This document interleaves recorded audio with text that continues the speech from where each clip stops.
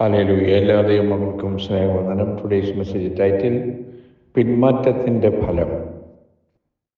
മത്തായിയുടെ സുവിശേഷം 6:23 വായിക്കുന്നത്, നിന്നിലുള്ള വെളിച്ചം ഇരുട്ടാകരുത്. പഴയ നിയമത്തിൽ ഇസ്രായേൽ മക്കൾ കനാൻ നാട് കൈവശമാക്കിയപ്പോൾ യോർദാൻ നദിയുടെ കിഴക്ക് വശത്തും പടിഞ്ഞാറ് വശത്തും അവർ താമസം ഉറപ്പിക്കുന്നു. ഗിലെയാദ് ദേശം, അതായത് യോർദാൻ്റെ കിഴക്കുവശം വാങ്ങിയ രണ്ടര ഗോത്രക്കാർ യോശുവയുടെ കൂടെ കനാൻ ദേശം കീഴടക്കുന്നതിന് വാഗ്ദത്ത നാട്ടിൽ നിന്നും യുദ്ധം ചെയ്ത് തിരികെ പോകുമ്പം യോർദാൻ്റെ തീരത്ത് വലിയ യാഗപീഠം ഉണ്ടാക്കിയതായിട്ട് കാണുന്നുണ്ട്. യോശുവ 22-9 മുതൽ വായിക്കുമ്പോൾ കാണാം. അന്യദൈവത്തിന് ആരാധിക്കാനാണെന്ന് കരുതി അവരെ സമീപിച്ചപ്പോൾ അവർ പറഞ്ഞത് തങ്ങളുടെ മക്കൾക്ക് ഭാവിയെക്കുറിച്ച് ഒരു ജ്ഞാപകമായി പണിതതാണെന്ന് രണ്ടര ഗോത്രക്കാർ, രൂബേൻ ഗോത്രവും ഗാദ് ഗോത്രവും രണ്ടര ഗോത്രക്കാർ ഫലസമൃദ്ധമായ ഗിലെയാദ് ദേശം അവർക്ക് കിട്ടിയതുകൊണ്ട് അവിടെ താമസിക്കാൻ അവർ ആഗ്രഹിക്കുന്നു. പടിഞ്ഞാറ് യെരുശലേമിൽ അല്ലെങ്കിൽ ആ ഭാഗങ്ങളിൽ അത് ആരാധിക്കാൻ പോകുന്നതിന് പകരം ഇവിടെ ഒരു ആരാധനാ സെൻറ്റർ അവർ രൂപീകരിക്കുന്നു.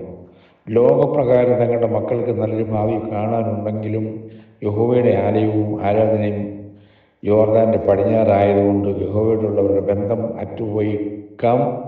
അതുകൊണ്ട് അവരുടെ മക്കൾ ദൈവഭാഗത്തു നിന്ന് മാറിപ്പോകാതിരിക്കാൻ വേണ്ടിയാണ് അവരൊരു സ്ഥാപനം, ഒരു ക്യാമ്പ് സെൻറ്റർ, ഒരു ആരാധനാ സ്ഥലം അവരുടെ നിർമ്മിക്കുന്നത്. യോശുവ 22:10 കാണുന്നുണ്ട്. അതുകൊണ്ട് അതെ, മക്കളുടെ ആത്മീയ നന്മ സർവ്വപ്രധാനമായിട്ട് മുൻനിർത്തുന്നതിൽ ഇക്കാലത്ത് മതപിതാക്കന്മാർക്ക് ശ്രദ്ധിക്കുന്നുണ്ടെന്നുള്ളത് നല്ല കാര്യം തന്നെ. ഉദ്യോഗപരമായ കാര്യം, സാമ്പത്തിക നേട്ടം ഒക്കെ നോക്കി അന്യ സമുദായങ്ങളുമായി വിവാഹബന്ധത്തിൽ തങ്ങളുടെ മക്കൾ ഇടകലരുവാൻ വഴി തുറക്കുന്നവരും ജോലി പ്രമാണിച്ച് അന്യദേശങ്ങളിൽ പോയി ബന്ധം പുലർത്തുന്നവരൊക്കെ നമുക്ക് കാണാൻ സാധിക്കുന്നുണ്ട്. എന്നാൽ യഹോവയോടുള്ള ബന്ധം യോർദാൻ നിമിത്തം മുറിഞ്ഞു പോകാതിരിക്കേണ്ടതിന് മക്കൾക്ക് വേണ്ടി ഒരു യാഗപീഠം അവർ പണിയുന്നുണ്ട്. പക്ഷേ നമ്മൾ തിരുവചനം വായിക്കുമ്പോൾ യോശുവയുടെ പുസ്തകം 22-ാം അധ്യായം അതായത് 25-ാം വാക്യത്തിലൊക്കെ നമ്മൾ കാണുന്നുണ്ട്, മക്കളുടെ നന്മയ്ക്ക് വേണ്ടി യോർദാനിലെ കിഴക്ക് ഒരു ക്യാമ്പ് സെൻറ്റർ അവർ പണിഞ്ഞെങ്കിലും അത് ദൈവവചനപ്രകാരമല്ലായിരുന്നു. 33-ാം വാക്യത്തിൽ നമ്മൾ കാണുന്നുണ്ട്, it does not say that it please God. ദൈവത്തിന് ഹിതകരമല്ലായിരുന്നു.